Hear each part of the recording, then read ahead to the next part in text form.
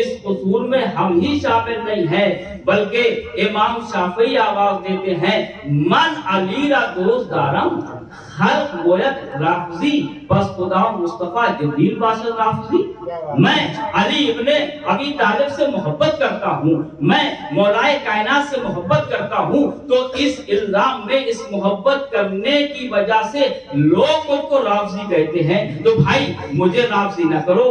علی کی ذات تو وہ ذات ہے کہ جس سے اللہ محبت کرتا ہے، آدم محبت کرتے ہیں، نوح محبت کرتے ہیں، تمام انبیاء و مرسلین علی سے محبت کرتے ہیں، تو ان کے بارے میں آپ کا کیا خیال ہے؟ جو فتویٰ ان کو لگائیے وہ مجھ کو لگائیے۔ صلوات پڑھیے۔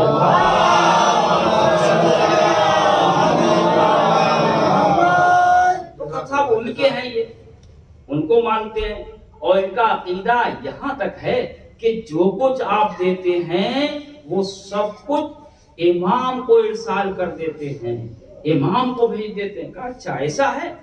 یہ پھر غضبناک ہو گیا، اور اس نے علی بن یقین کو بلایا، کہا کیا بات ہے؟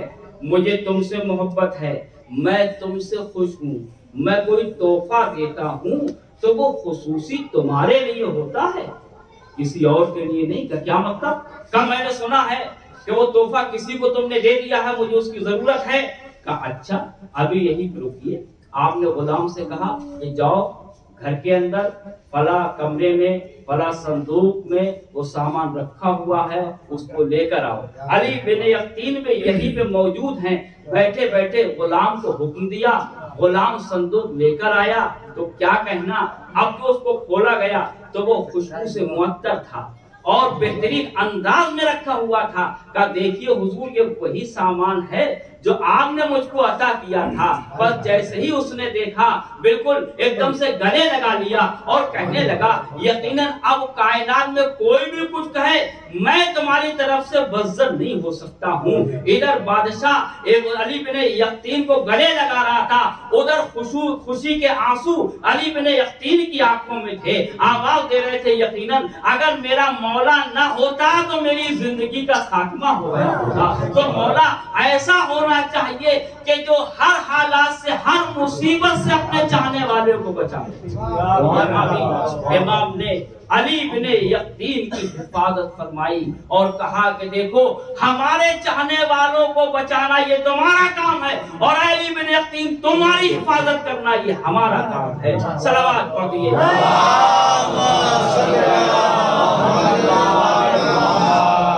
اس لیے کہ یہ بارگاہ پروردگار عالم سے علم لے کر آئے تھے، ان کو پروردگار عالم نے علم عطا کیا تھا۔ کون ہے جو ان کا مقابلہ کرے، ان کی ہمسری کرے؟ یقیناً کسی میں اتنا دم نہیں ہے جو ہمارے ائمہ کا مقابلہ کر سکے، ائمہ کی برابری کر سکے۔ اگر کسی نے چاہا کہ ہم ان کو رسوا کریں، ہم ان کو ذلیل کریں، تو وہ خود بخود رسوا ہو گیا، وہ خود بخود ذلیل ہو گیا۔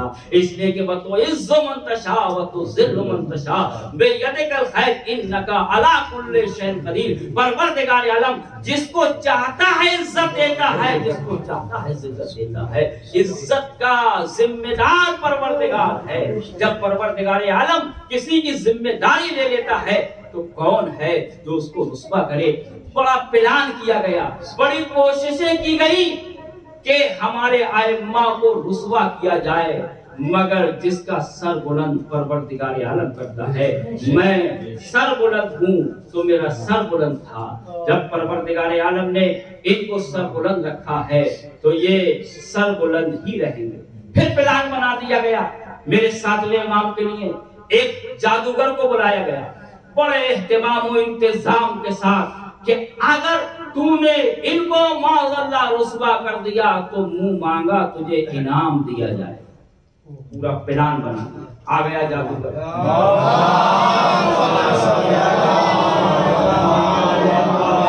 اور دسترخوان سجا دیا گیا، مختلف اقسام کی غذائیں دسترخوان پر چن دی گئی۔ جادوگر بھی بیٹھا ہوا ہے، بادشاہ بھی ہے اور حوالی موالی کہ بس اب تیرا کام ختم ہو گیا۔ پھر امام نے حکم دیا تو پھر وہ اپنی اصلی حالت پہ چلا گیا۔ اب آپ دیکھیں کہ کیا کمال ہے امام کا کہ عزیزوں مردہ کو زندہ کرنا بہت آسان ہے، لیکن اس میں حیت پیدا کرنا، اس میں شکل پیدا کرنا، اس میں جسم کو مجسم بنانا اور پھر حرکت پیدا کرنا، یہ کس کا کام ہے؟ یہ امام وقت ہی کر سکتا ہے۔ یہ وہی کر سکتا ہے کہ جس کے لیے اللہ کہے کہ ان کی زبان لسان اللہ ہے، ان کا ہاتھ اللہ ہے، ان کا چہرہ وجہ اللہ ہے۔ اور اسی وجہ سے ہمارے اور آپ کے چھٹے امام حضرت امام جعفر صادق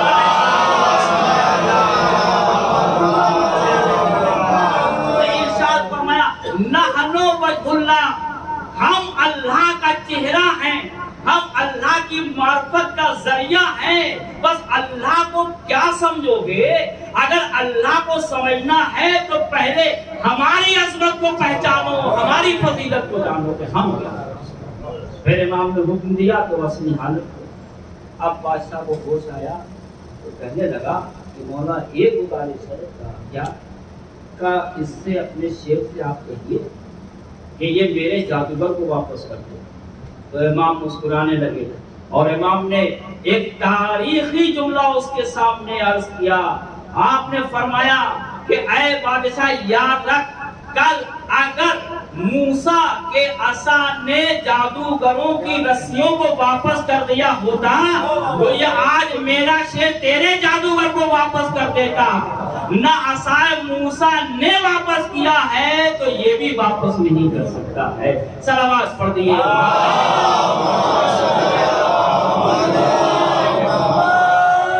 تو یہ ان کی عظمت ہے، یہ ان کی بلندی۔ امام کی ولادت خوشی کا مقام، ہر امام کی ولادت پہ ہم جشن مناتے ہیں، مگر اس امام کا ہم نے جشن نہیں منایا۔ عزاداروں کیسے ہم منائیں کہ خود چھٹے امام نے نہیں منایا۔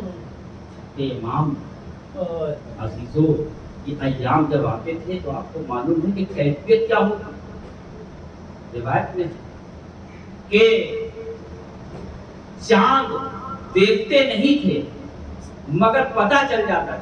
کیسے پتہ چلتا ہے؟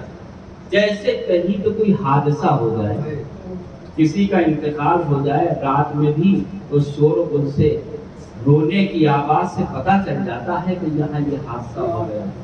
سمجھ جاتے ہیں پڑوس کے لوگ۔ اور اسی طرح جب محرم کا چاند نمودار ہوتا تھا تو دیکھنے کی ضرورت نہیں ہوتی تھی۔ اس طرح سے میرے چھٹے امام کے گھر میں شور گریہ بلند ہوتا تھا کہ لوگ سمجھ جاتے تھے کہ محرم کا چاند نمودار ہو۔